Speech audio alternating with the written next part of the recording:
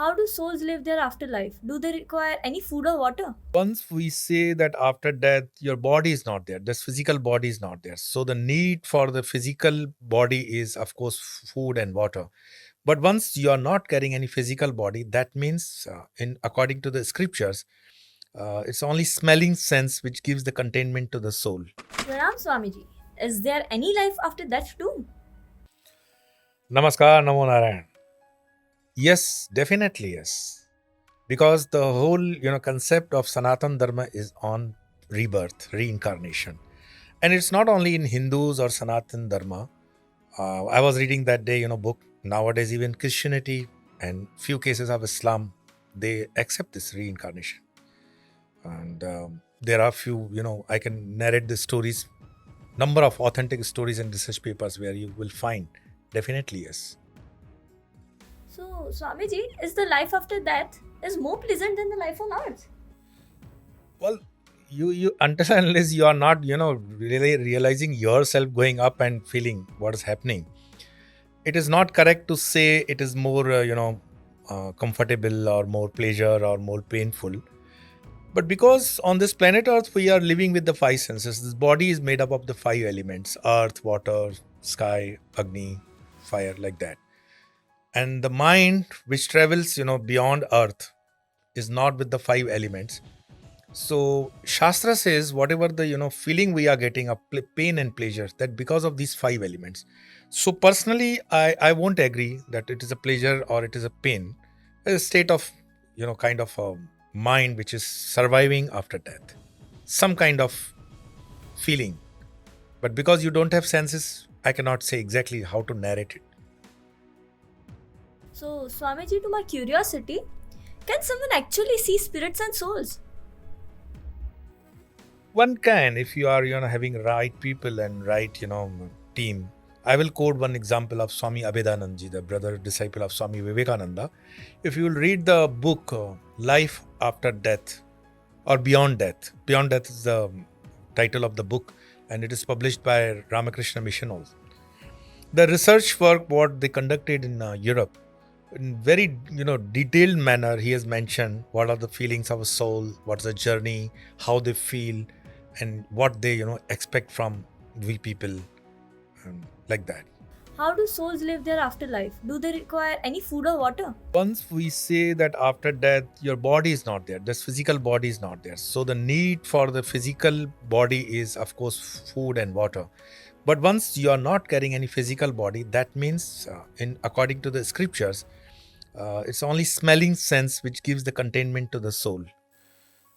That's the reason in Badupad, Badr Shraddh Pad, we offer our deceased relatives or whatever through Shraddha. It's a smelling sense which gives them containment. It's not practically physical food.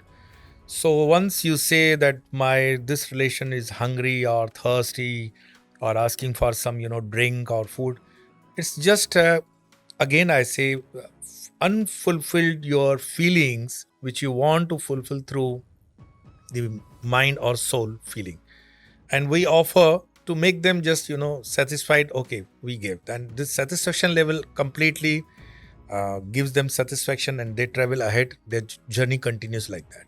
There's a Garud Purana also. The things are mentioned in very detailed manner into that. I have heard that we should not read Garud Puran when we are living, or we should only read it when someone is dead. You see, in our culture or in our country or in our religion, there are so many wrong notions we are carrying in our mind. What not to read, always not to read. Like Mahabharata. In my childhood days, my grandmother used to say, "Oh, don't read Mahabharata, otherwise, there will be quarrel in the family." But these are all, I feel, not correct. One should read, one should understand what is the depth of our scriptures.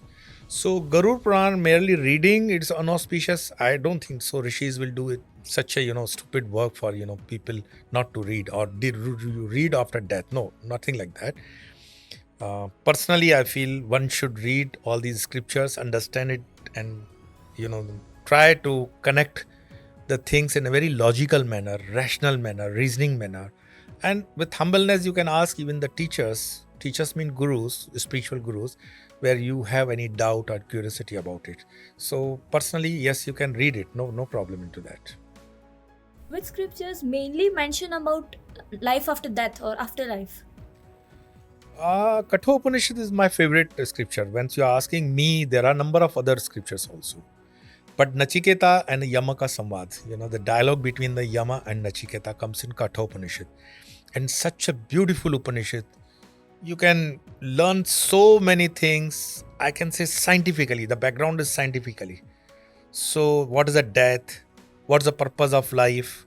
What's the aim of life? What one should do when he's alive? So, Nachiketa is asking number of questions. How you are asking me today? So you will, really understand so many things through Kathopanishad. Are there any real life examples who remember their previous life? If yes, then how it is actually possible? There are a number of, do just Google, you will find number of examples. And I can tell you very authentically that few examples even, counter-checked by the elite people. Like one Shanti Devi example of reincarnation or rebirth checked by Mahatma Gandhi himself. And the things are available on Google. There are other, some ruler of the Gulf country, I think Qatar prince. He used to say, I am an incarnation of Holkar. Though he was born and brought up in Muslim family, but he used to collect these items from India, that is some remembrance. There are other stories also, number of stories I can say. But when the question comes, how they remember their last birth, exactly, there is no work done by science or even spiritual people to put it into like ABC kind of thing. But when soul starts its journey, when the journey, you are leaving the earth and going for the next journey, so how in computers some cookies are remain, when you are doing some work in computer and still deleting it, but you will find some cookies still pending, still working in computer. Same thing, mind carries number of impressions accumulated in the last so many births. It's a continuous process. Sanatan Dharma has given more clarity and more, definition about these things, whereas other religions, I'm saying religions, but Sanatan Dharma includes Jainism, Buddhism, Sikhism, all they believe in reincarnation, whereas Christianity and Islam, they don't believe. They believe maybe, but not clear up to mark what the Sanatan is very much clear about it. So it's a process of journey and journey of long years, and you carry on so many impressions accumulated. And then when you get the right time and right, place to express it, it automatically comes. We call it sometimes deja vu kind of thing. So it is fact.